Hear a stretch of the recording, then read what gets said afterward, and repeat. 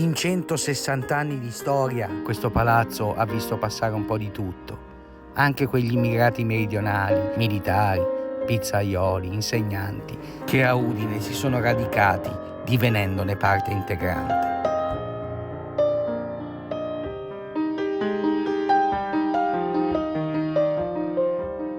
Anche oggi gli arrivi non si sono fermati. Certo, persone di mondi ormai lontani, culture sconosciute, lingue mai sentite. E non è un caso che le nuove comunità abbiano voluto scegliere proprio il quartiere della stazione come propria casa, luogo in cui commerciare, ritrovarsi anche per un caffè e raccontarsi le ultime novità.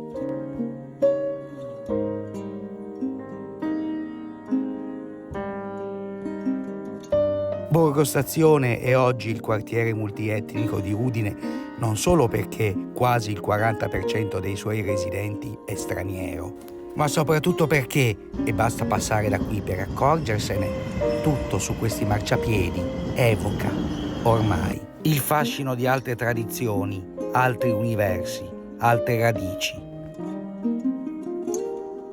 E il messaggio di tolleranza, di convivenza, di pace, rilanciato da queste strade sempre animate, è quello proprio di una città che ha sempre accolto il prossimo col sorriso.